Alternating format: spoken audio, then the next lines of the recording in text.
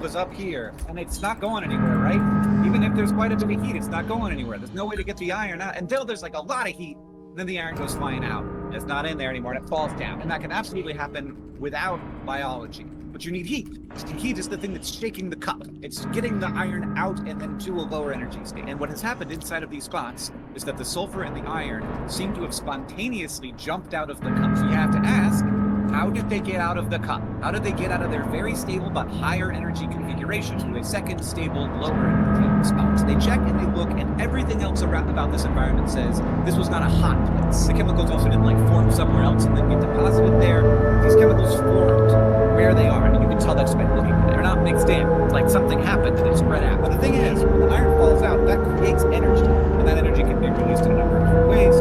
But it can also be captured by life. So here on Earth, there are microbes that do this. They take compounds that are high energy in stable states, and they say, okay, I'm going to use the chemistry of life to get you out of that state. And then I'm going to use that energy as it falls down to the lower energy state, power my metabolism. This happens on Earth with both iron and with sulfur, which is what we're seeing here. So like Geobacter is a bacteria on Earth that captures iron reduction to power its metabolism. There are also on Earth sulfate-reducing bacteria that capture that happening with sulfur. This is called chemosynthesis. So it's like photosynthesis, where you're like running your metabolism instead of light, running your metabolism with chemistry. So the question is, did we definitely find these compounds? It seems like we did. Are there corresponding organic molecules around that could have been part of the living system? And yes, there is. Could it have been super hot and the chemistry have happened that way? And the answer is definitely not. Or could this chemistry have happened some other third way that we don't know about? At least that is me. So that, to me,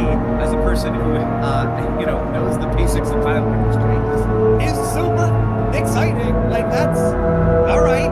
Okay, we should look into that. But look, again, the chemistry of Mars is different from the chemistry of Earth. We don't know what it was like.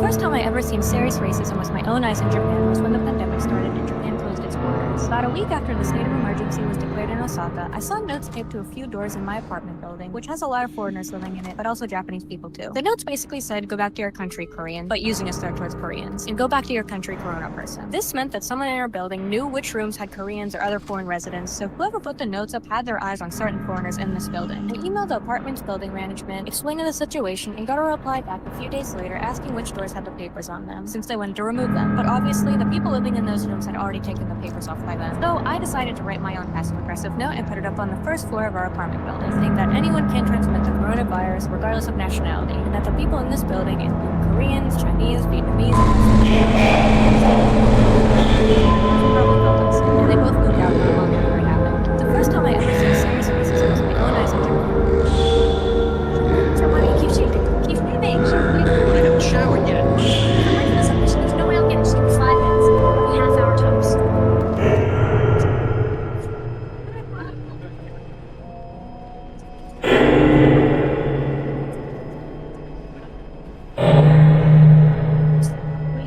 You just there for the face? Why did you cut yourself so much? Rather not say. Son, it's a quarter to 8. Have you even showered? No, your sister's been in there for 20 minutes. Well, did you try flushing the toilet? Yeah, she just screams and keeps showering. Okay? Like a baby.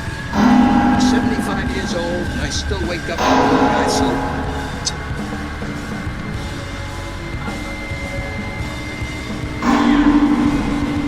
I have a good feeling. This could be my day. So why do you keep shaving? Keep shaving. Watch your butt now. You don't want to do you want to leave. I'm talking to you. Stop looking around.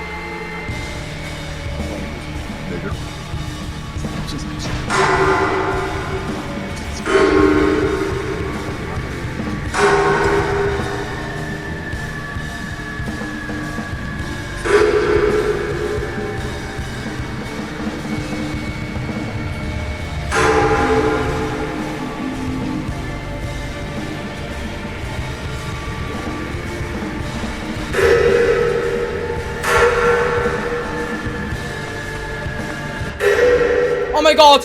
Oh, what? What the fuck? What? What? What the fuck? What? What the fuck?